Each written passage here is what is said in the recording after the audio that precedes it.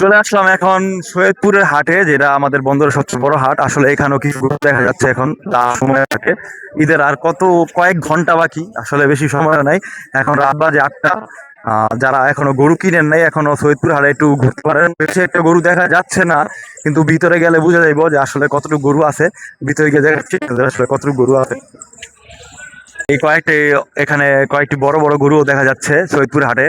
আসলে ম্যাক্সিমাম হাটই খালি। আর বেশি কোনো সময় নাই, যারা গরু বিক্রি করতে পারে না তারা বাসা চলে যাচ্ছে, এবং অনেক ক্রেতা এখনো এখানে ঘোরাফেরা করতেছে। কয়েকটা গরু এখানে বড় বড় দেখা যাচ্ছে, আসলে হাটে বেঁধে রাখছে। কালকে পর্যন্ত এই হাটে জমজমাট ছিল, আজকে শেষ সময়ে এখন দেখতে পাচ্ছি যে এখানে ভালো বেচা কেনা হয়েছে। হাট অলমোস্ট খালি, কয়েকটা গরু দেখা যাচ্ছে ওই পাশে। হাতে গোনা কয়েকটা গরু আমি দেখতে পাচ্ছি, হয়তো এখানে 200 বা 100 গরু এখানে আছে, এর এর বেশি হইব না। তো এখনো এগুলো অবিকৃত রয়ে গেছে, তার মধ্যে বড় ছোট সব মিলাই গরু আছে। যারা এখনো আপনারা গরু কিনেন নাই, তারা এখন সৈয়দপুরের যে ব্রিজের নিচে যে হাটটা আছে, আপনারা চলে আসতে পারেন। এখানে মোটামুটি গরু আছে, খুব কম কিন্তু আছে। যারা এখনো কিনে নেন লাশবাজারে, এবং ব্যাপারীরাও খুব, ক্রেতাই দেখা যাচ্ছে না। হয়তো আপনারা কমে গরু কেনার জন্য এখানে আসতে পারেন, হয়তো কমে ছেড়ে দিব।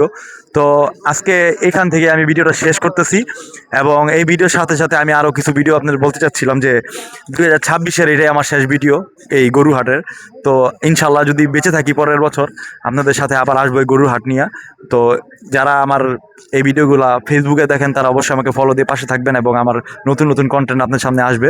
এবং যারা ইউটিউবে দেখতেছেন তারা অবশ্যই সাবস্ক্রাইব করে বেল আইকনটা অ্যাক্টিভ করে দিবেন, তাহলে আমি যদি কোনো নতুন ভিডিও ছাড়ি আপনাদের কাছে চলে যাবে। তো সবাইকে জানাচ্ছি 2026-এর ঈদ মোবারক।